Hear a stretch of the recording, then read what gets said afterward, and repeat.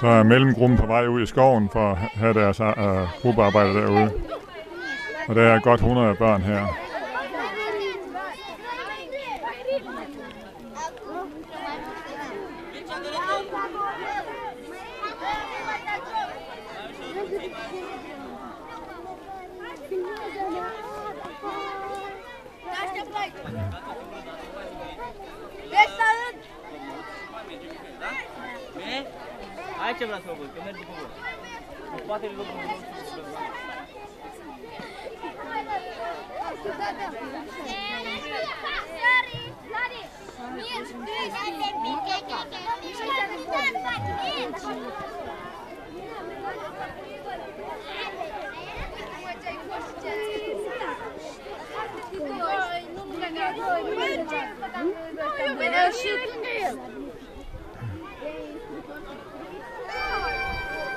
Og den store gruppe, det vil sige de ældste af dem, de står og venter på at komme afsted ud i deres plads i skoven.